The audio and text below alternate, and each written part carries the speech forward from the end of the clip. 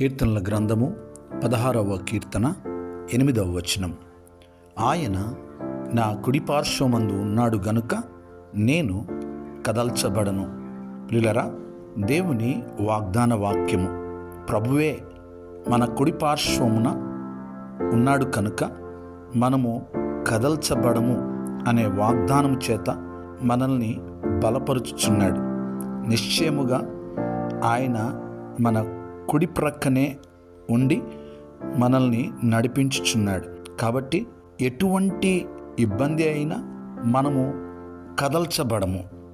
ఎటువంటి ఉపద్రవమైనా, ఎటువంటి తుఫాను అయినా మనము కదలకుండా స్థిరంగా ఉండగలుగుతాము. ప్రార్థన.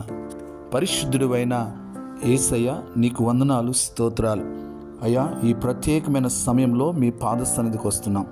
ఈ వాగ్దాన వాక్యం విని ప్రార్థనలు ఏకీభవించిన ప్రతి ఒక్కరిని, వారి కుటుంబాలను దీవించండి అయ్యా. మీకు వందనాలు. మీరు మా కుడిపార్శ్వమున ఉన్నారు కాబట్టి మేము కదల్చబడమనే వాగ్దానము చేత మమ్మల్ని మీరు బలపరుస్తున్నందుకు వందనాలు. ఈ వాగ్దాన వాక్యమును విన్నవారిని, వారి కుటుంబాలను దీవించండి. ప్రార్థనలో ఏకీభవించిన ప్రతి కుటుంబాన్ని, ప్రతి ఒక్కరిని దీవించి ఆశీర్వదించి, వారి యొక్క వ్యాపారంలో, వారి యొక్క ఉద్యోగాలలో, వారి యొక్క చదువుల్లో, వారి ప్రయాణాల్లో మీరే తోడుగా ఉండి నడిపించండి. ప్రతి అవసరతను తీర్చండి. యేసు నామములో ప్రార్థిస్తున్నాము తండ్రి. ఆమేన్.